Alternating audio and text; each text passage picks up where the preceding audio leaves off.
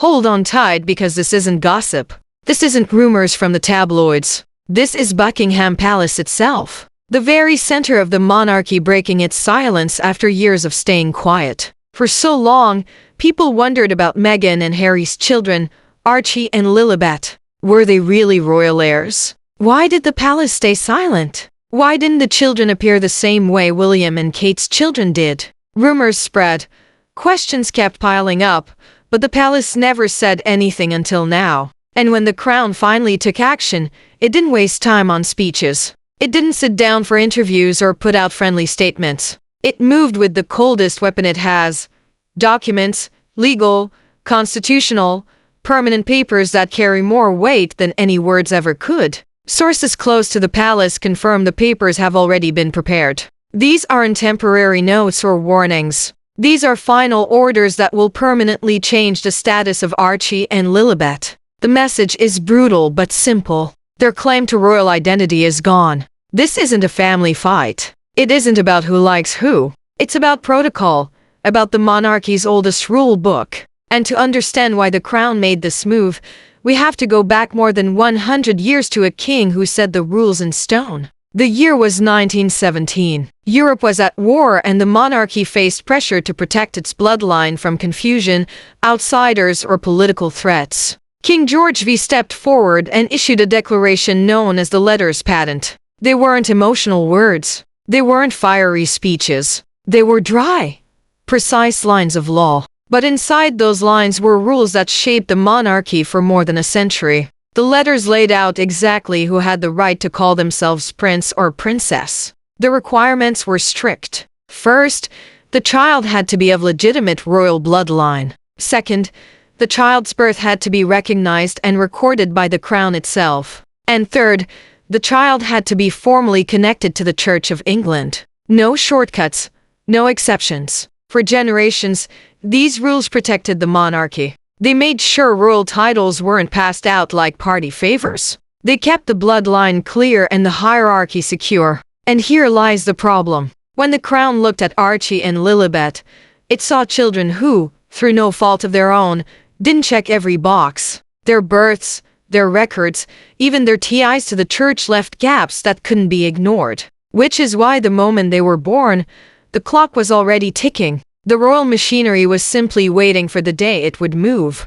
They say every secret eventually finds its way to the surface, no matter how high the walls or how powerful the name behind it. And now those walls around Meghan Markle are shaking. According to sources close to the situation, the woman who once carried Meghan and Prince Harry's youngest child, the woman who was never supposed to be heard or even seen, is finally speaking. And what she's saying has left Meghan in full panic. Because if her claims are true, then one of the biggest questions hanging over the Sussex story might finally have an answer. And it's not the one Meghan wants. The surrogate allegedly says Prince Harry might not be the father of Lilibet Diana. Behind the headlines and polished interviews, something darker seems to be unraveling. A web of secret documents, hidden payments, and a truth the royal family quietly suspected for years. And now, as whispers turn into statements, Meghan's greatest fear isn't exposure. It's that this time,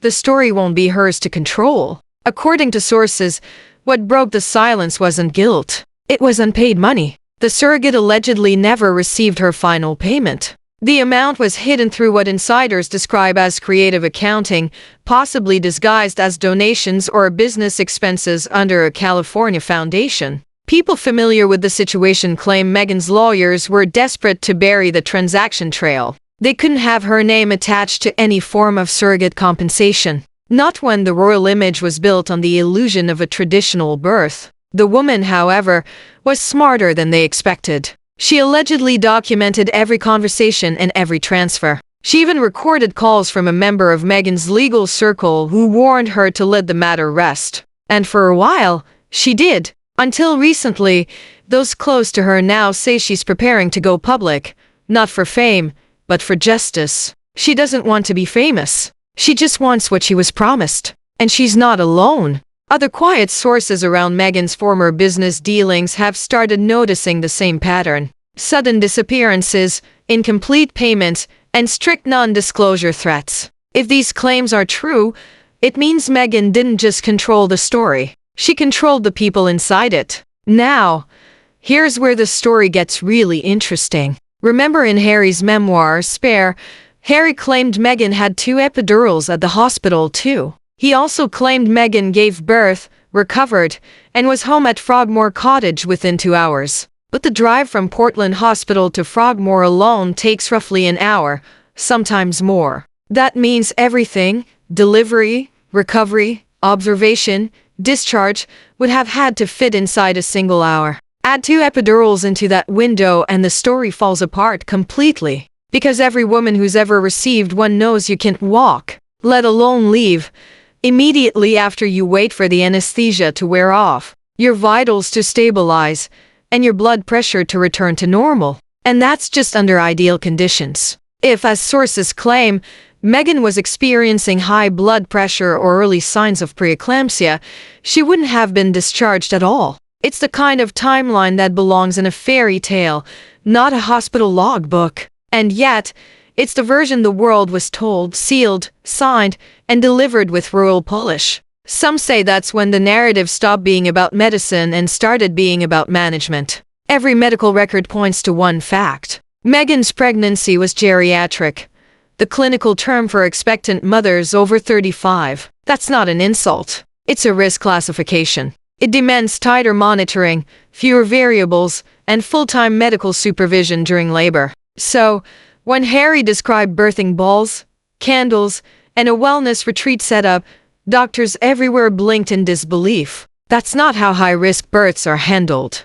According to the Hospital Insider, Portland doesn't host spa births for mothers flagged as high risk. The setup Harry described, warm lights, water tub, birthing ball would never have been approved for someone under close obstetric monitoring. It's not carelessness, it's protocol. And then came the mention of preeclampsia, one of the most dangerous complications a mother can face. For anyone who's lived through it, the treatment is grueling. Magnesium sulfate, blood pressure control, and around-the-clock monitoring, not scented candles. So, if Meghan truly suffered from that condition, as has been suggested, her reported 2-hour turnaround from delivery to discharge isn't just unlikely, it's medically impossible. For years, Meghan and Harry had built their image as the royal rebels. They gave interviews, signed deals, told their story to the world. Every scandal, every documentary seemed to feed that identity. But here's the truth. You can only be a rebel if the crown still claims you. The monarchy understood this. That's why it never shouted across the Atlantic, never answered every media storm with words. Instead, it stayed quiet, patient, watching, and when the time was right, it acted surgically, stripping titles, removing succession rights, cutting the final cord. And so Archie and Lilibet are not rebels. They are not even royal exiles. They are simply outsiders. Children who will grow up in California remembered as Harry and Meghan's but absent from official royal history. That silence, the lack of their names in the records, will echo louder than any interview or Netflix special ever could. And so we reached a finale. Years of whispers, speculation, documentaries, and interviews, all met with royal silence. And here with the stroke of a pen. The palace has chosen protocol over personalities, order over emotion, legacy over love. For Meghan and Harry, the result is devastating. Their empire, their identity, their brand was built on the promise of being royal rebels. But once the crown erases you, you're no longer a rebel. You're simply gone. Archie and Lilibet will live as children of California. They will grow up in the warmth of their parents' world. But official royal history, the records that outlast generations, will not record them as heirs. And that absence, that silence is more brutal than any public humiliation because it is permanent. It is final. This is not just about 2 children losing their titles. This is about the monarchy sending a message louder than any speech. The crown does not bend to personalities,